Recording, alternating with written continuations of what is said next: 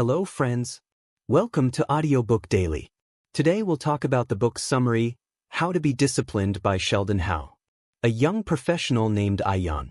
Every morning, he wakes up with big plans: exercise, study for a new certification, finish that important work project. But by nightfall, his to-do list is mostly untouched. Social media, distractions, and procrastination steal his time. Each day ends with guilt and frustration. Why can't I just stay disciplined? Ayan's story isn't unique. It reflects the struggle many of us face, knowing what we should do but failing to follow through. This is where Sheldon Howe's How to Be Disciplined comes in. The book acts as a practical guide to breaking this cycle, proving that discipline is not about perfection or superhuman willpower. It's about building small, consistent habits that compound into life-changing results. What discipline really means. Howe begins by redefining discipline. It isn't punishment, strict rules, or an inborn trait. Instead, it's the ability to consistently do the right things, even when motivation is low. Discipline bridges the gap between intention and action. Many people assume they lack discipline because they are lazy or weak. But Howe explains that discipline is simply a skill. Just like learning to ride a bike or play an instrument, it can be practiced, strengthened, and mastered. The enemies of discipline. Why do people like Ayan struggle to stay consistent? Howe identifies common barriers. Procrastination, putting things off until tomorrow, which often means never. Distraction, letting phones, notifications, and trivial tasks steal focus. Poor time management, not planning effectively, leading to wasted hours. All or nothing thinking, giving up after one slip instead of restarting. Misaligned priorities, working hard on things that don't really matter. By naming these traps, readers can begin to recognize and escape them. Mindset shift, effort as reward. At the heart of the book is a powerful mindset shift. Discipline should not feel like punishment. Instead, every effort is a reward in itself. Each time you follow through, you prove to yourself that you are reliable. Howe also emphasizes self-compassion. Discipline doesn't mean being perfect. Missing a workout or slipping up isn't failure. It's simply part of the process. The real victory is getting back on track. Practical tools to build discipline. Howe's strength lies in his practical approach. He doesn't just talk about ideas, he provides simple steps to apply. Start small, begin with tiny habits. Read 10 minutes, walk for 5 minutes, or write 1 paragraph. Small actions reduce resistance and build momentum. Set priorities. Instead of endless to-do lists, pick the top 2 to 3 most important tasks each day.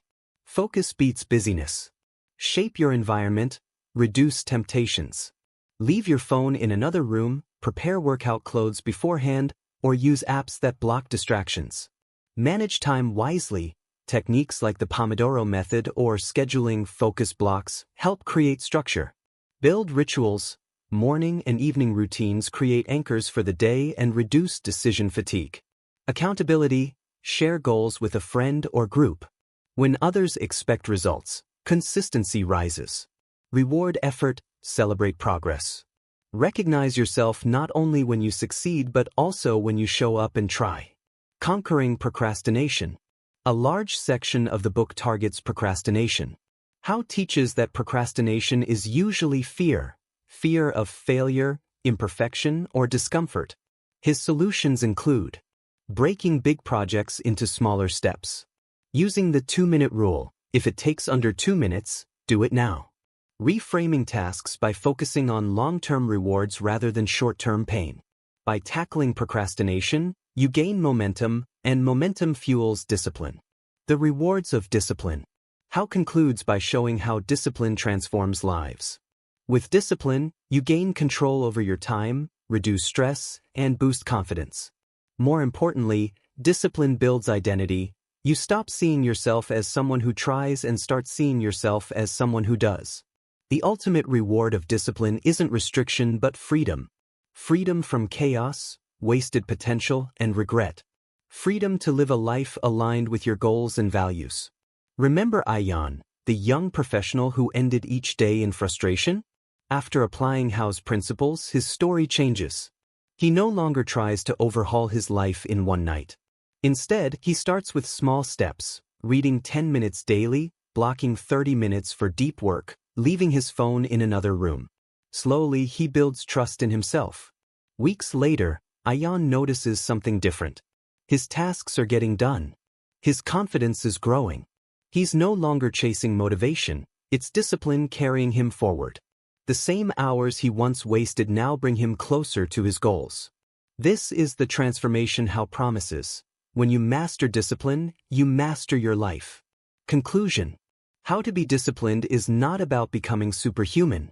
It's about learning to do small, consistent actions that add up. Sheldon Howe shows that anyone, no matter how distracted or unmotivated, can build discipline with the right mindset and tools. And like Ayan, we can all rewrite our stories. Thank you for listening. See you in next book summary.